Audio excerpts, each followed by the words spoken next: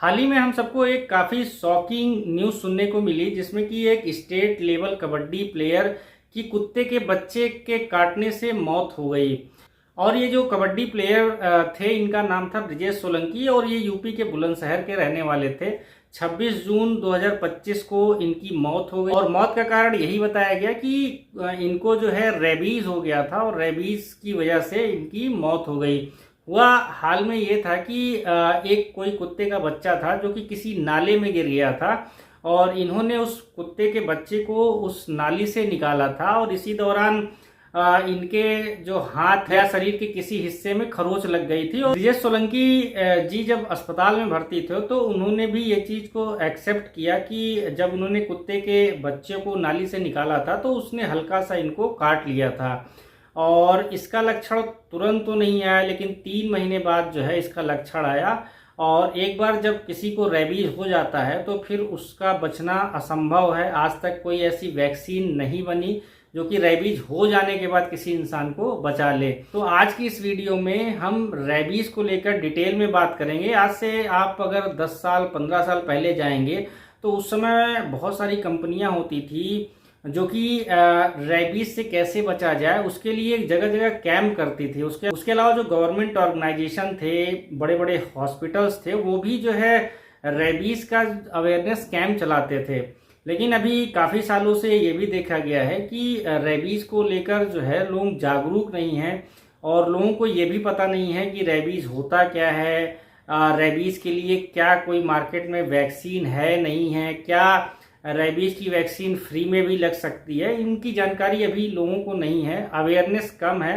तो आज के इस वीडियो में मैं इसी चीज़ को लेकर डिटेल में बात करूंगा कि इसके अलावा मैं यहाँ पर ये भी बताऊंगा कि कौन कौन से ऐसे जानवर होते हैं जिनके काटने से रेबीज हो सकता है। अगर ये जानवर आपको काट लिए तो उस समय आपको तुरंत क्या करना चाहिए, कौन कौन सी मार्केट में रेबीज की वैक्सीन आती है, कितनी डोजेस लगती हैं, किस तरीके से लगती हैं, तो सारी डिटेल्स आज की इस वीडियो में मैं आपको दूंगा। और फ्रेंड, एक बार फिर से आपसे वही रिक्वेस्ट है, चैनल पर पहली बार आए हैं तो चैनल को सब्सक्राइब करना ना भूलें।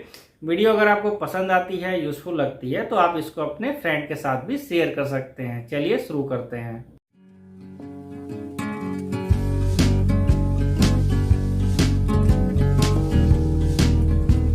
सबसे पहले मैं यहाँ पर बात करूंगा उन जानवरों की जिनसे कि रेबीज होने के चांसेस होते हैं।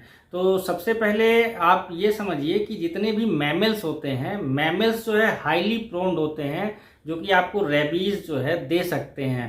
अब अगर मैमल्स में मैं बात करूं तो यूएस में जो रेबीज के सबसे ज्यादा मामले आते हैं वो चमगादड़ के काटने से होते हैं। चमगादड़ जो है वो मैमल्स की कैटेगरी में आते हैं।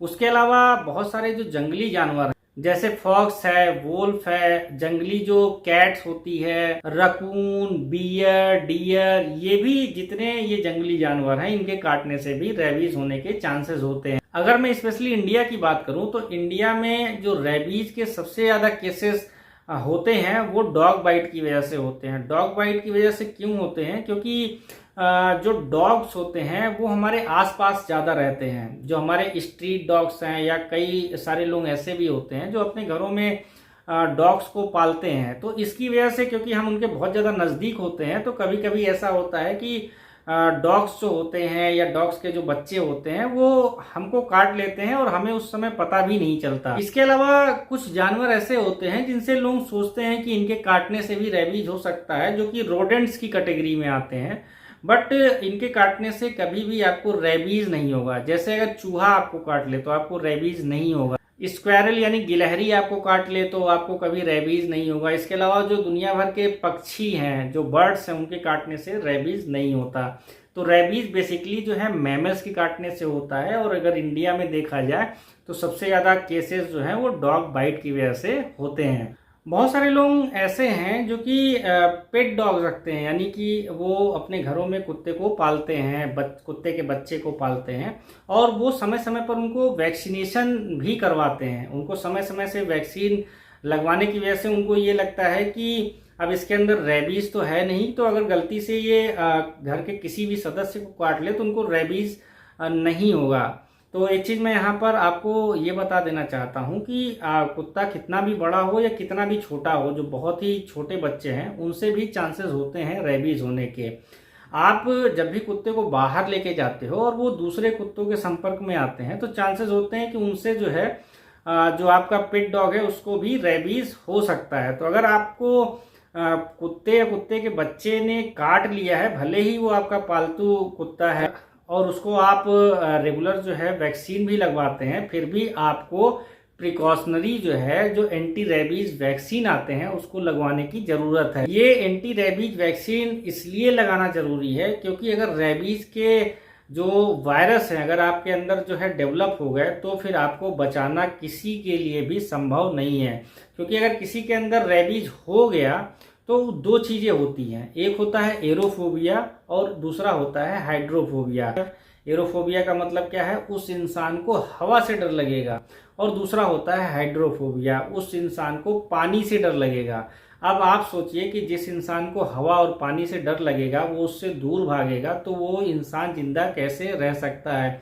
आप YouTube पे जाइए, आप जो है जिन लोगों को रेबीज हुआ है कभी न कभी उनकी आप वीडियो देखिए तो आपको समझ में आएगा कि कितनी दर्दनाक मौत होती है जिस भी इंसान को रेबीज हो जाता है। रेबीज जो है वो कब आपके अंदर डेवलप हो जाएगा कुत्ते या बिल्ली के काटने के बाद आपको बिल्कुल पता नहीं होता, क्योंकि कई सारे केसेस में क्या है कि लोगों को कुछ दिनों में इसका एहसास होने लगता है कि उनके अंदर रेबीज डेवलप होने लगा है। कई सारे लोग ऐसे हैं जिनको कि कुत्ता या बिल्ली ने काट दी पर कई साल भी बीत जाते हैं उनके अंदर रेबीज के लक्षण नहीं आते, और कई साल बीतने के बाद अचानक से पता चलता है कि उनके अंदर रेबीज के लक्षण आ गए। जैसे कि अगर आप ये जो स्टेट लेवल के कबड्डी प्लेयर हैं इनको 3 महीने तक कुछ भी पता नहीं चला और 3 महीने के बाद अचानक से इनके अंदर रेबीज वाले लक्षण आने लगे। तो एक चीज का ध्यान रखिए, जब भी आपको कुत्ता बिल्ली या जो मैंने अभी कई सारे नाम जानवरों के बताए काट ले तो सबसे पहले आप जो है वहां पर पानी से जो है उसको साफ करिए। आपको घाव नहीं करना, हल्के पानी से उसको साफ करना है। अब इस तरीके से पानी से साफ करने से फायदा ये होगा कि बहुत सारे जो वायरस हैं वो पानी के जरिए आपके शरीर से उस समय बाहर निकल जाएंगे। इसके बाद आपको कोशिश क्या करनी है कि जितनी जल्दी से जल्दी हो सके आपको एंटी रेबीज वैक्सीन लगवाना है। अब मार्केट में बहुत सारी एंटी रेबीज वैक्सीन आती है, जैसे रेबीपुर एक बहुत ही फेमस ब्रांड है, बहुत ही पुराने समय से ये जो है मार्केट में अवेलेबल है, तो रेबीपुर आप लगवा सकते हैं। इसके अलावा और भी कई सारे ब्रांड जैसे अभय रैब नाम की एक वैक्सीन आती है, आप ये भी लगवा सकते हैं। रेबी वैक्स नाम की एक वैक्सीन आती है, आप ये भी लगवा सकते हैं। कायरो रैब नाम की एक वैक्सीन आती है, आप ये भी